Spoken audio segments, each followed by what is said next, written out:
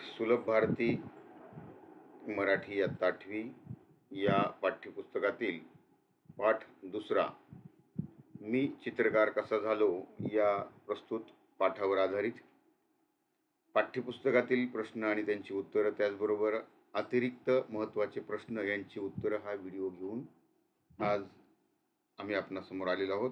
मित्रांनो, यामधला पहिला प्रश्न आहे बघा, लेखकाने पाठात कलेसंबंधी वर्णिलेले 2 विषय कोणते? तर पहिला आहे चित्रकला आणि दुसरा म्हणजे मूर्तिकला. ठीक आहे. पुढचा प्रश्न आहे काय ते सांगा.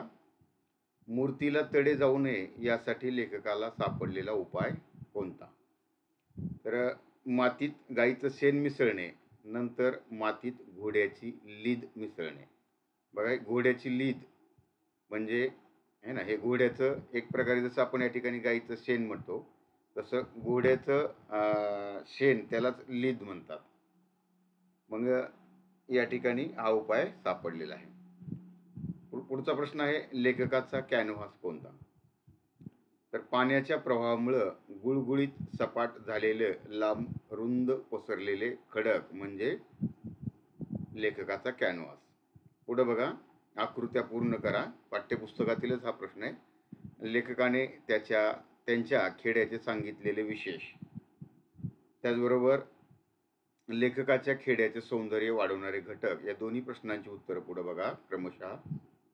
लेखकाच्या खेड्याचे सौंदर्य वाढवणारे घटक, तो पहिला घटक आहे ते म्हणजे त्याचं घनदाट जंगल होतं, त्याचबरोबर दुथडी भरून वाहणारी नदी, निळे डोंगर आणि हिरवी रानं हे लेखकाच्या खेड्याचे सौंदर्य वाढवणारे घटक होते. पुढचा होता आहे लेखकाने त्यांच्या खेड्याचे सांगितलेले विशेष. तर खेड हे निसर्गरम्य त्याचबरोबर सुसंस्कृत असं होतं. पुढचा प्रश्न आहे जोड्या जुळवा. यामध्ये गट अ आणि गट ब. तर बघा, इथं पिवळा हा जांभळा, भगवा, हिरवा आणि या गटामध्ये दिलेले आहेत. हे रंग कसे ते तयार होत होते? तर पुढे बघा उत्तर, पिवळा रंग हा दगडांपासून, जांभळा हा काटेसावरीच्या फुलातील परागकणांपासून, भगवा हा शेंद्री झाडांच्या बियापासून आणि हिरवा झाडांच्या पानापासून. पुढचा प्रश्न मित्रांनो, एका शब्दात उत्तर लिहा. बांबूच्या कोवळ्या काडीपासून तयार व्हायचा काय तयार व्हायचा? तर ब्रश तयार व्हायचा. चित्र काढण्यासाठी वापरला जाणारा कागद तो म्हणजे कॅनव्हास. लालभडक मातीपासून तयार केल्या जायच्या काय तयार केल्या जायच्या? तर मूर्ती तयार केल्या जायच्या. ओल असताना जसे असते तसे वाळल्यावरही असते बघा, ते म्हणजे गाईचं शेण. आणि घोड्याच्या शेणाला काय म्हणतात? लीद म्हणतात. बघा या ठिकाणी पुढचा प्रश्न आहे बघा, 3 ते 4 वाक्यांमध्ये उत्तर लिहा. तुमच्या इच्छा तीव्र असतील तर साधनांशिवाय साधना करता येते या विधानाचा तुम्हाला समजलेला अर्थ लिहा. तर हा स्वमतावरती आधारित प्रश्न आहे. या ठिकाणी तुम्ही तुमच्या मनाने आहे ना, तुमच्या कल्पनाशक्तीने या प्रश्नाचं उत्तर लिहायचं. तर कशा प्रकारे बघा, इच्छाशक्तीच्या जोरावर माणूस अशक्य ते शक्य करू शकतो. फक्त त्याच्या आतील इच्छाशक्ती प्रबळ असली पाहिजे. उदाहरणार्थ, परीक्षेत चांगले गुण मिळावेत म्हणून काही विद्यार्थी ट्युशन किंवा क्लास लावण्याची गरज नाही. तर कोणत्याही विद्यार्थ्याने वर्गात शिकवतानाच लक्ष देऊन जर तो भाग किंवा तो विषय समजून घेतला आणि स्वतः अभ्यास करून परीक्षेची तयारी केली तर त्यास चांगले गुण मिळू शकतात. फक्त त्याच्या मनात अभ्यास, सराव, पाठांतर करण्याची प्रबळ इच्छा असावी. आता पुढे बघा, एखाद्या मातीच्या गोळ्यापासून मूर्ती बनवण्यासाठी काही प्रशिक्षण घेण्याचीच गरज नसते. तर ती कला आपल्या बोटात उपजतच असते. फक्त तिला ओळखून प्रयत्न करणे महत्त्वाचे असतात. बघा, उपजत असते म्हणजे ती जन्मताच आपल्या बोटांमध्ये ती कला असते. मग अशी कितीतरी उदाहरणं आहेत की थोर मूर्तिकार कोणत्याही मूर्तिकलेच्या शाळेत न जाता त्यांच्या हातून चांगल्या प्रतीच्या मूर्ती घडल्या गेल्या आहेत. म्हणून मनात तीव्र इच्छा असेल तर कोणत्याही साधनांशिवाय कलेची साधना आपणास करता येते असे म्हणता येईल. म्हणजे तुम्ही या प्रश्नाचं उत्तर लिहिण्यासाठी त्या ठिकाणी आहे ना, वरती जसं परीक्षेमध्ये किंवा वर्गामध्ये अभ्यास शिकवताना जर काळजीपूर्वक लक्ष दिलं तर आपण ट्युशन लावायची किंवा कोणताही एक्स्ट्रा क्लास लावायची गरज नाही. हे जे उदाहरण दिले तर तुम्ही या ठिकाणी तुमच्या स्वमताने दुसरे एखादं उदाहरण देऊ शकता आणि हा प्रश्न या ठिकाणी स्पष्टीकरण करू शकता. पुढे बघा, खाली दिलेल्या शब्दातून नाम व विशेषणे ओळखून त्यांच्या योग्य जोड्या लावा. तर या ठिकाणी हे शब्द दिलेले आहेत आणि याच्या विभागणी नाम आणि विशेषणामध्ये करायची आहे. तर बघा है ना, निळे डोंगर, दाट सावली, हिरवी राने. बघा या ठिकाणी विशेषण आणि विशेषणाच्या अशा प्रकारे जोड्या लावलेल्या आहेत, है ना, हिरवी राने. पुढचा प्रश्न आहे, विविध झाडांपासून रंग तयार केले जातात, त्याची आंतरजालाच्या मदतीने माहिती मिळवा. बघा आंतरजाल म्हणजेच है ना, आंतरजाल म्हणजेच इंटरनेटच्या मदतीनं आता या ठिकाणी माहिती मिळवायची आहे की विविध झाडांपासून रंग तयार केले जातात. पुढचा बघा प्रश्न आहे, चर्चा करूया, है ना. तर हे प्रश्न त्या ठिकाणी तुम्हाला वर्गांमध्ये शिक्षक शिकवत असताना ना तुम्ही त्या ठिकाणी त्यांच्याबरोबर ही माहिती जाणून घेऊ शकूया. पुढे आहे वाक्य म्हणजे काय, वाक्य कशाला म्हणतात, हा व्याकरणाचा भाग आहे. तर व्याकरणाच्या प्रत्येक घटकाचा व्हिडिओ देखील आपल्या यूट्यूब चॅनलवरती आहे. त्या ठिकाणी अतिशय साध्या सोप्या आणि सहज भाषेमध्ये तुम्हाला समजेल अशा भाषेमध्ये स्पष्टीकरण केलेलं आहे. त्याचबरोबर प्रत्येक घटकावर आधारित MCQ प्रश्नांचे व्हिडिओ देखील आपल्या चॅनलवरती आहेत. त्या ठिकाणी जाऊन तुम्ही अवश्य पाहू शकता. पुढील वाक्यांचे प्रकार बघा इथे जे दिलेले आहेत. जे विधानार्थी वाक्य म्हणजे काय, प्रश्नार्थी वाक्य म्हणजे काय, उद्गारार्थी वाक्य म्हणजे काय आणि आज्ञार्थी वाक्य म्हणजे काय. तर हा झाला पाठ्यपुस्तकावर आधारित जो स्वाध्याय आहे त्या स्वाध्यायातले प्रश्न आणि त्यांची उत्तरं. तर व्हिडिओचा महत्त्वाचा भाग म्हणजे मित्रांनो, या पाठावरती आधारित महत्त्वाचे अतिरिक्त प्रश्न आणि त्यांची उत्तरं, important additional questions and answers, हा भाग या ठिकाणी महत्त्वाचा आहे. तर बघा, कोणते लिहा, जे अनुभवलं पाहिलं ते तुम्हाला सांगणारे. तर ते कोण आहेत, लेखक ल म कडू.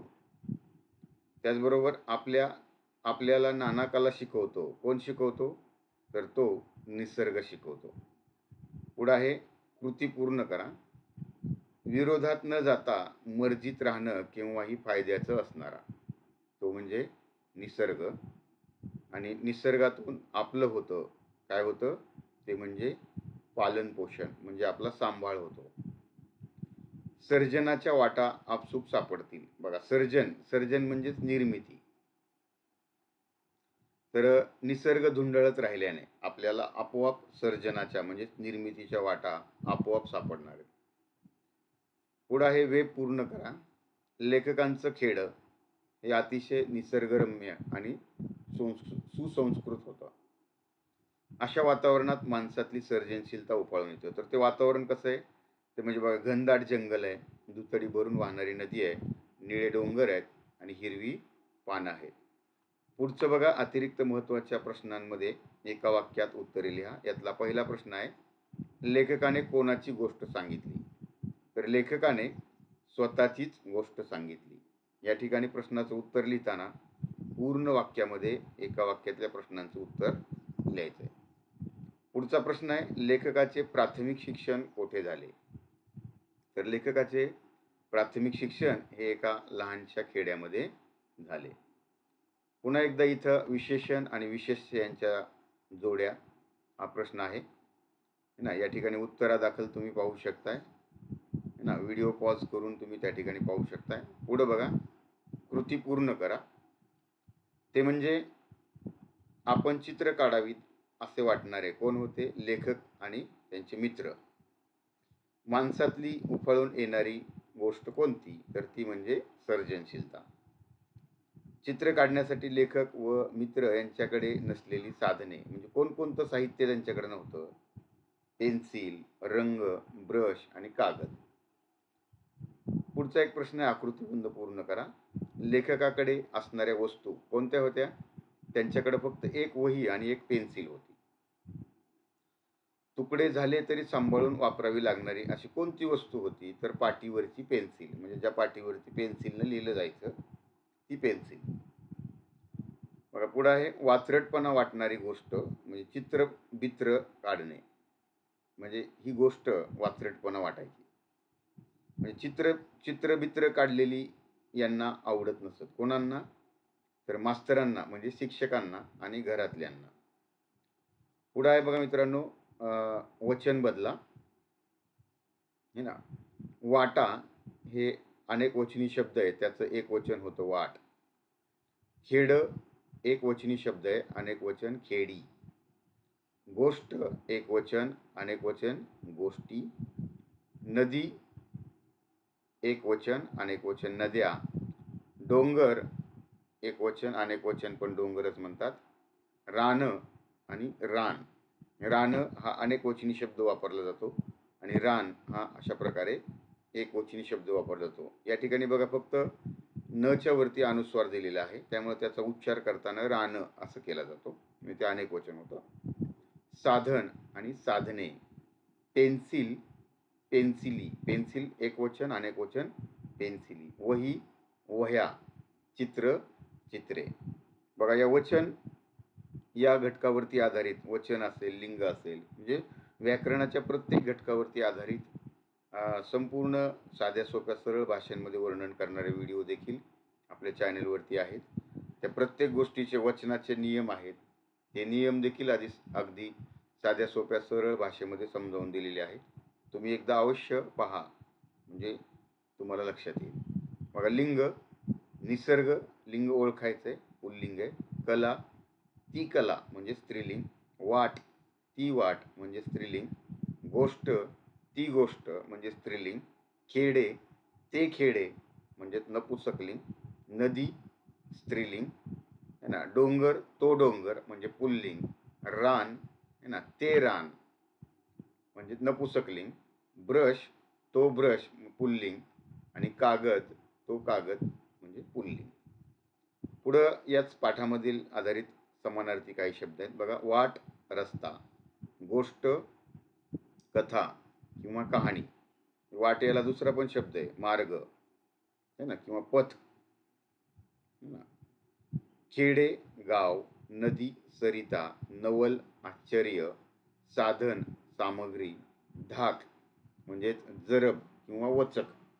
आणि वात्रटपणा म्हणजेच खोडकरपणा. पुढे या ठिकाणी विरामचिन्ह ओळखायचे बघा. या ठिकाणी विरामचिन्ह दिलेलं आहे, हे आहे पूर्णविराम, याला स्वल्पविराम है ना, आणि याला अर्धविराम, आणि हे आहे प्रश्नचिन्ह. आता या ठिकाणी काही अधोरेखित शब्द केलेले आहेत, त्या अधोरेखित शब्दाची जात ओळखायची. वाक्य बघा. आता तुम्हाला माझीच गोष्ट सांगतो. बघा, तुम्हाला, तुम्हाला हे सर्वनाम आहे आणि गोष्ट हे सामान्य नाम आहे. माझा एक मित्र होता. एक हे विशेषण आहे आणि होता हे क्रियापद आहे. पुढं अतिरिक्त प्रश्नांमध्ये स्वमतावरती आधारित प्रश्न आहे. चित्र काढण्याबाबत लेखक व मित्र यांना आलेल्या अडचणी तुमच्या शब्दात लिहा. पुढे बघा. लेखकाचा एक मित्र होता. दोघांनाही खूप वाटायचं की आपण चित्र काढावी, पण चित्र काढण्यात त्यांना खूप अडचणी यायच्या. त्यांच्याकडे चित्र काढण्यासाठी लागणारी कसलीच साधनं नव्हती. पेन्सिल, रंग, ब्रश हे तर सोडाच, साधा कागदही नव्हता. अभ्यासाची एकच वही व पाटीवर लिहिण्याची एकच पेन्सिल, त्यातही तिचे तुकडे झाले तरी सांभाळून वापरावी लागायची, कारण दुसरी मिळण्याची शक्यता नव्हती. शिवाय सगळ्यात मोठी अडचण किंवा धाक असा होता की चित्रबित्र काढलेली ना मास्तरांना आवडायची ना घरातल्यांना आवडायची. त्यांना तो वात्रटपणा वाटायचा, इत्यादी अडचणी त्यांना येत असत. अशा प्रकारे बघा, पुढच्या पॅरेग्राफवरती आधारित आकृतीबंध पूर्ण करा. मित्रांनो, पाठ्यपुस्तकातील जे पॅरेग्राफ आहेत त्या पॅरेग्राफवरती आधारित जे महत्त्वाचे काही प्रश्न वाटलेले आहेत त्यावर हे प्रश्न बनवलेले आहेत. करपवून टाकणारा उन्हाचा महिना तो म्हणजे वैशाख है ना. म्हणजे हा मराठी महिन्यामधला हा दुसरा महिना आहे. पहिला महिना आहे चैत्र आणि हा दुसरा. या महिन्यामध्ये ऊन खूप जास्त असतं. काठालगतचे खडक हे पाण्याच्या प्रवाहामुळे गुळगुळीत झाले होते, सपाट झालेले होते आणि लांबरुंद पसरलेले होते. परिणाम काय झालेला आहे? वैशाख महिन्यातलं ऊन करपून टाकणारं असायचं. याचा परिणाम काय व्हायचा? गावातली सगळी मुलं नदीच्या डोहात जाऊन पडायची. म्हणजे त्या ठिकाणी ऊन जास्त असल्यामुळं त्या ठिकाणी पाण्यामध्ये पोहायची. नदी व्हायला लागायची. त्याचा परिणाम काय व्हायचा? तर खडकावर काढलेली चित्र नदीच्या पोटात गडप व्हायची, म्हणजेच गायब व्हायची. पुढे बघा, खडकाबद्दल लेखकाने वापरलेले विशेषण म्हणजे भला थोरला. चित्र काढण्यासाठी याचा वापर केला. तांबूस रंगाचा मुरुम आणि पिवळट रंगाचे दगड. आता काही रिकाम्या जागावरती आधारित प्रश्न आहे बघा. काठालगत खूप डॅश डॅश होते. इथं कंसामध्ये पर्याय दिलेले आहेत 4. तर काठालगत म्हणजे काठाला लागून खूप काय होते? कडक होते. बघा, हा प्रश्न रिकाम्या जागावरती आधारित प्रश्न विचारला की अशा प्रकारे तुम्ही पूर्ण प्रश्न लिहून रिकाम्या जागी ते उत्तर लिहायचंय आणि त्या शब्दाला अंडरलाईन करायची आहे. पुढचा प्रश्न आहे, गुडघ्यावर टेकून रेष काढण्यात डॅश डॅश व्हायचो. बघा, दंग व्हायचो. आमची चित्र नदीच्या पोटात काय व्हायची? गडप व्हायची. बघा, इथं गायब आहे, गडप आहे, नाहीशी आहे, बेभान आहे. मग ते म्हणतात हे तिन्ही शब्द है ना समान अर्थाचे आहेत. मग त्यातलं एक कुठलं गायब लिहिलं तरी चालतं का? तसं नाही. रिकाम्या जागा प्रश्न लिहिताना त्या ठिकाणी पाठ्यपुस्तकामध्ये जो शब्द दिलेला आहे त्या ओळीमध्ये तोच शब्द लिहिणं अपेक्षित असतं. चौकटी पूर्ण करा. लेखकानं खडकासाठी वापरलेला शब्द तो म्हणजे कॅनव्हास है ना. मुरुमाचा रंग हा तांबूस होता. पिवळट रंगाचे दगड होते. काय ते लिहा. पिवळा दगड. काय घातलं? पाणी घातलं की पिवळा रंग तयार व्हायचा. तो अगदी पिठासारखा असायचा. दगड आपटाला की पिवळी पिवळी पिवळी फक्की पडायची. फक्की म्हणजे पावडर पडायची. मुरुमाचा खडा ओला करून घेतला की काय व्हायचं? खडकावर चित्र रेखाटणं सुरू व्हायचं. रेषा काढीत हातभर पुढं सरकल्यावर मागे वळून पाहावं तर रेषा वाळून ही लाल जर्द झालेल्या असायच्या. वनस्पती बघा, काटेसावर, याच्यामध्ये फूल, पराग आणि जांभळा रंग. आणि शेंद्री ही वनस्पती तर याची बोंडे, बिया आणि भगवा रंग असायचा. बघा, उतार्यात आलेल्या 2 वनस्पती कोणत्या? या एका वाक्यातल्यासाठी सुद्धा प्रश्न विचारला जाऊ शकतो. काटेसावर आणि शेंद्री या 2 वनस्पती आहेत. तापलेल्या खडकावर टेकून टेकून गुडघ्यांची जातात ती म्हणजे काय जातात? सालो जातात है ना. आकृतीबंध पूर्ण करा. लेखकाच्या लक्षात न येणारी गोष्ट कोणती आहे? खडकावर टेकून टेकून गुडघ्याची साल्ट गेलेली. आणि लेखक तहानभूक हरपून कोणती गोष्ट करत असेल तर चित्र रंगत बसायचा. बघा, आता विरोधी अर्थाचे शब्द ऊन, सावली, गार, गरम, गुळगुळीत म्हणजे ओबड धाबड, लांब, रुंद किंवा जवळ, सापडणे, हरवणे, थोरला, धाकटा, ओला, सुका, मागे, पुढे, लक्ष, दुर्लक्ष, दिवस, रात्र, कोवळा आणि जून है ना, थोडे, जास्त. परिच्छेदात आलेले काही जोड शब्द आहेत या ठिकाणी बघा, तुम्ही पाहू शकता. जोड शब्द वगैरे काही परीक्षेत नसतात विचारत, पण या ठिकाणी काही जोड शब्द आपल्याला पाहायला मिळतील. पुढे बघा, आता या ठिकाणी वाक्यांचे प्रकार दिलेले आहेत है ना. काठालगत खूप खडक होते म्हणजे एक साधं विधान केलेलं आहे म्हणून हे विधानार्थी वाक्य आहे. काही दिवसांनी वाटायला लागलं की यात रंग भरावेत पण ते कुठून आणणार? बघा, शेवटी प्रश्नचिन्ह आहे, अर्थातच हे प्रश्नार्थी वाक्य आहे. खालील वाक्यांचा काळ ओळखा. आम्हाला तिथंच आमचा कॅनव्हास सापडला. बघा, सापडला ही क्रिया भूतकाळात घडून गेलेली आहे म्हणून हा भूतकाळ आहे ना. या भल्या थोरल्या खडकावर मनसोक्त चित्र काढता येणार होती, भविष्यकाळ आहे. या काळावरती आधारित सुद्धा व्हिडिओ आपल्या यूट्यूबवरती आहे, तुम्ही पाहू शकता. अधोरेखित काही शब्द केले, त्या शब्दांचे समानार्थी शब्द वापरायचे आणि पुन्हा वाक्य लिहायचे. गुडघ्यावर टेकून रेष काढण्यात दंग व्हायचो. बघा या ठिकाणी दंग या शब्दाला समानार्थी शब्द म्हणजे मग्न. या प्रकारे अशाही प्रकारे प्रश्न विचारू शकतात. आमचे चित्र नदीच्या पोटात गडप व्हायची. बघा गडप म्हणजेच या ठिकाणी गायब व्हायची. पुढे आहे मित्रांनो स्वमतावरती आधारित प्रश्न. खडकावर काढलेल्या चित्रांना रंग देण्यासाठी लेखकांनी कोणत्या गोष्टीचा व कसा वापर केला ते सांगा. बघा या ठिकाणी उत्तर उदाहरणादाखल. वैशाख महिन्यात काटेसावर ही वनस्पती फुलते, लालभडक होते. तिच्या फुलातले पराग पाण्यात चुरगळले की जांभळा रंग मिळतो. तर शेंद्री नावाच्या वनस्पतीच्या बोंडातल्या बिया भगवा रंग देतात, हे लेखकांना माहीत होतं. मग लेखकांनी या रंगांचा उपयोग खडकातील चित्र रंगवण्यासाठी केला. त्याचप्रमाणे काही पानांपासून हिरवा रंग, चुन्याचा पांढरा रंग, कुंकवाचा लाल रंग आणि दगडाचा पिवळा रंग तयार करून बांबूंची कोवळी काडी घेऊन त्याचं पुढचं टोक ठेचून त्याचा ब्रश सारखा वापर करून चित्रे रंगवली. अशा प्रकारे त्या ठिकाणी आपण उत्तर लिहू शकतो. पुढे बघा लेखकाने सांगितलेले व्यक्तिगत काय होतं ते म्हणजे त्यांनी एक व्यक्तिगत आपलं उदाहरण सांगितलं. किती परीनं आपल्याला देत असतो तो कोण आहे? निसर्ग. लेखकाचं सांगणं काय होतं बघा की साधनं नाहीत म्हणून अडून बसायचं कारण नाही.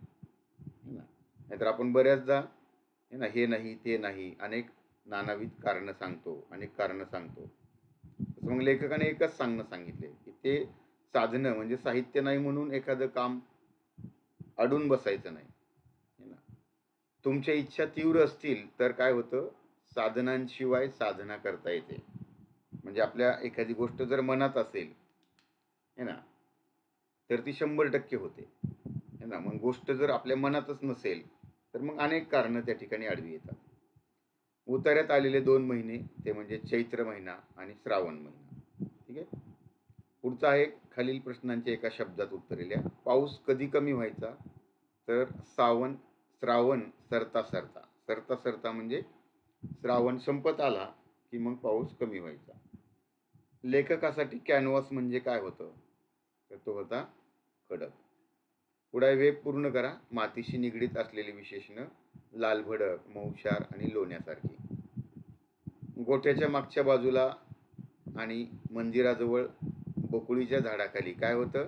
लेखकाचा लपून छपून उद्योग या दोन्ही ठिकाणी चालायचा. हे 2 ठिकाणं ती आहेत. लेखकाला मातीचा लागला होता नाद म्हणजे छंद लागला होता. लेखकाने मातीच्या कराव्यात असं ठरवलेलं ते म्हणजे मूर्ती आणि मातीचा लपून छपून करावा लागलेला खेळ होता. आता बघा परिणाम काय झालेल्या गोष्टींचा. मूर्ती करून वाळत ठेवल्या की काय व्हायचं, काही काळानं त्यांना तडे जाऊन त्या ढासळायच्या. शेण मातीत मळून घेतलं की आता मूर्ती थोड्या टिकायला लागल्या. बघा उतार्याच्या आधारे वाक्य पूर्ण करा. त्या पॅरेग्राफ मध्ये आलेली ही वाक्य आहेत. श्रावण सरता सरता पाऊस कमी व्हायचा. मग काय व्हायचं, त्याचा परिणाम काय व्हायचं, पण नदी वाहतच असायची. वाक्य पूर्ण हे त्याचं पुढचं वाक्य पाठामधलं. पण हा मातीचा खेळ ही लपून छपून करावा लागे. पुढे कृती पूर्ण करा. गाईचं शेण ओलं व जसं असतं तसंच राहतं वाळल्यावरही. आणि चैत्र महिना उजडायचा. कॅनव्हास म्हणजे खडक मोकळा व्हायचा. पुढे बघा व्याकरणावरती आधारित काही प्रश्न आहेत. वाक्य शुद्ध करा. हे 2 प्रश्न या ठिकाणी आहेत की या ठिकाणी वाक्य शुद्ध करून लिहिलेत. बघा शेण हा शब्द न नळाचा न वापरता न बाणाचा वापरलेला आहे. आता हेच पहा बघा सरावण शब्द कसा लिहिला. सरावण हा चुकीचा शब्द आहे, तर श्रावण हा योग्य शब्द आहे. त्याचबरोबर पाऊस आहे ना, तर या ठिकाणी पाऊस ऊसाचा वापरलेला आहे. अशा प्रकारे हे वाक्य शुद्ध करून लिहायचे आहेत. तर आता इथं काही अधोरेखित शब्दांचं विरोधी शब्द वापरायचे आणि उत्तर या ठिकाणी लिहायचे. वाक्य पुन्हा लिहायचे. वाक्य आहे मी जे काही व्यक्तिगत सांगतो आहे ते एक उदाहरण आहे. व्यक्तिगत म्हणजेच पर्सनल है ना. आणि बघा सार्वजनिक व्यक्तिगतच्या विरुद्धार्थी शब्द आहे सार्वजनिक. लपून छपून करावा म्हणजेच उघड उघड त्याच्या विरुद्धार्थी शब्द आहे. आता या ठिकाणी त्याच पॅरेग्राफमध्ये काही वाक्यप्रचार आहेत दोन. नाद लागणे म्हणजे बघा छंद जडणे किंवा आवड निर्माण होणे. उपाय शोधणे म्हणजेच पर्याय शोधणे. आणि बघा या वाक्यप्रचारांचा वाक्यामध्ये उपयोग देखील केलेला आहे, तुम्ही पाहू शकता, किंवा तुम्ही तुमच्या मनाने वाक्य तयार करून वाक्यप्रचारांचा अशा प्रकारे त्या ठिकाणी वापर करायचा आहे. आणि ज्या ठिकाणी वाक्यप्रचार वापरलेला आहे त्याला अंडरलाईन करायचे. खालील वाक्यातील अव्यय ओळखा. बघा या ठिकाणी की अव्यय आलेला आहे, उभयान्वयी अव्यय. म्हणजे उभयान्वयी अव्यय काय करतं तर दोन शब्द किंवा दोन वाक्य यांना जोडतं. आणि या ठिकाणी पण हे देखील उभयान्वयी आलेलं आहे. वाक्याचे प्रकार आहेत. तोवर काय करायचं, अर्थातच या ठिकाणी प्रश्नचिन्ह दिलेलं आहे म्हणून हे प्रश्नार्थी वाक्य आहे. आणि तुमच्या इच्छा तीव्र असतील तर साधनांशिवाय साधना करता येते, एक साधं विधान आहे म्हणून हे विधानार्थी वाक्य. पुढे बघा, गावातील बाजार हा आठवडे बाजार. आठवडे बाजार म्हणजे 8 दिवसातून एकदा एक दिवस भरतो. आयते कपडे विकायला यायचा. आयते म्हणजे रेडीमेड आहे ना, तो म्हणजे महादू. आणि या झाडाची दाट सावली पडायची, ते म्हणजे नांदुरकीचं झाड आहे, या झाडाची दाट सावली पडे. आठवडी बाजाराचा परिसर कसा होता, हा डोंगराळ भाग आणि फक्त पायवाटा होत्या. असा विचार करून लेखकांनी प्रयोग केला की घोड्याच्या लिदेत बरेच धागे दोरे दिसत आहेत आणि हे धागे मातीला धरून ठेवतील. पुढे बघा, लेखकांनी शेवटी मुलांना एवढंच सांगितलं की प्रत्येकात आर्किमिडीज दडलेला असतो, म्हणजे लपलेला असतो. त्याला कायम जागता ठेवा आणि तुमचं आभाळ कायम आनंदाने भरलेलं राहील. या गोष्टी लेखकानं शेवटी मुलांना सांगितलेल्या आहेत. बघा, रिकाम्या जागा भरा. तो झाडांच्या डॅश डॅश घोडा बांधून ठेवायचा. त्या झाडाच्या मुळीला है ना, मुळी म्हणजेच रूट्स. मी डॅश डॅश शाळेत असताना आर्किमिडीज या शास्त्रज्ञाचा धडा वाचला. कुठल्या शाळेत असताना, माध्यमिक शाळेत असताना है ना, म्हणजे मिडल क्लासमध्ये असताना. पुढे बघा, लीद म्हणजे काय तर लीद म्हणजे घोड्याचं शेण. आणि केवढा आनंद झाला आहे मला ना, तर हे काय आहे, शब्दात सांगता येणार नाही. आकलन व कृतीवर आधारित पुढचा प्रश्न आहे. बघा, लेखक माध्यमिक शाळेत असताना कोणत्या शास्त्रज्ञाचा धडा वाचला तर त्या आर्किमिडीज. लेखकांना शब्दात सांगता न येणारा तो म्हणजे त्यांना तो झालेला आनंद. कारण लिहायचे. आता लेखकांच्या मूर्तींना बिलकुल तडे जात नव्हते. काय कारण होतं तर त्यांनी घोड्यांच्या लीद मधले धागे माती करून ठेवत होते, म्हणून त्या मातीमध्ये घोड्याची लीद मिसळली. एका वाक्यात उत्तर लिहा. आर्किमिडीजला हवं होतं ते तत्व शोधण्यासाठी तो कोणती गोष्ट करत असे तर तो साध्या वाटणाऱ्या गोष्टीतही ते शोधत राहायचा. हे त्याचं वैशिष्ट्य होतं. आर्किमिडीजला हवं होतं ते तत्व सापडल्यावर तो न्हाणीघरातून युरेका करत धावत सुटला होता. जेव्हा मूर्तींना तडे जाण्याचं थांबलं होतं तेव्हा लेखकांनाही तेवढाच आनंद झाला होता. याच पाठातले मित्रांनो काही समानार्थी शब्द आहेत. गाव, खेडे. घोडा म्हणजे त्याला अश्व म्हणतात. दाट म्हणजेच घन, सावली छाया, धागा दोरा, धडा म्हणजेच पाठ, आभाळ म्हणजेच नभ किंवा आकाश, तडा म्हणजेच भेग. पुढे वाक्यातील अव्यय शोधायचे. बघा, इथे दोन्ही शब्दयोगी अव्यय आलेले आहेत, वर आणि पण है ना, घोड्या वर. शब्दयोगी अव्यय ही शब्दाला जोडून येत असतात. या ठिकाणी बघा, पण. आता एक वचन आणि अनेक वचन या कंसामध्ये काही शब्द दिलेले आहेत, त्या शब्दांचं एक वचन आणि अनेक वचन या गटामध्ये वर्गीकरण करायचे. सावली, घोडा, मूर्ती, धडा हे एकवचनी शब्द आहेत आणि कपडे, आठवडे, पायवाटा, धागे, तडे, गोष्टी हे अनेक वचनी शब्द आहेत. यांचं एक वचन काय होईल, कपडे कपडा, आठवडे आठवडा, पायवाटा पायवाट, धागे धागा, तडे तडा आणि गोष्टी गोष्ट. मग आता लिंग बदलायचंय है ना, घोड्यावर लादून आणायचा. घोड्यावर घोड्याचं काय होईल? घोडीवर. मुलांनो तर मुलींनो. पुढील वाक्यातील नाम ओळखायचं आहे. महादू आयते कपडे विकायला यायचा. तर महादू आणि कपडे ही नाम आलेली आहेत, नाही ना? नाम सर्वनाम दोन्ही शोधायचे आणि पुढच्या वाक्यामध्ये झाड, मुळी आणि घोडा हे आलेले आहेत. स्वमतावरती आधारित या ठिकाणी प्रश्न आहे बघा. आर्किमिडीज या शास्त्रज्ञाबद्दल ज्ञात असलेली माहिती लिहा. ज्ञात म्हणजेच माहीत असलेली. तर आर्किमिडीज याचा कार्यकाल हा इसवी सन पूर्व 287. बघा, इसवी सन पूर्व म्हटलंय कारण बघा इसवी सन कधी सुरू झालं? तर इसवी सन हे येशू ख्रिस्ताच्या जन्मानंतर सुरू झालं. तर ते इसवी सन सुरू होण्याच्या अगोदर म्हणजे पूर्व 287 ते इसवी सन पूर्व 212 पर्यंत मानला जातो. आर्किमिडीज याचा जन्म सिसिलीमधील है ना सेरॅक्यूज या ठिकाणी झालेला आहे. आणि सेरॅक्यूजचा राजा दुसरा हिरो व त्याचा मुलगा है ना गेलो यांच्याशी त्याची दाट मैत्री होती. त्याचे सर्व शिक्षण है ना अलेक्झांड्रिया येथे झाले आणि त्याने कॉनन नावाच्या गणित तज्ञाशी त्याचा परिचय झाला. परिचय म्हणजे ओळख झाली. शिक्षण संपल्यावर आपल्या जन्मगावी येऊन त्यांनी गणिताचा अभ्यास पुढे चालू ठेवला.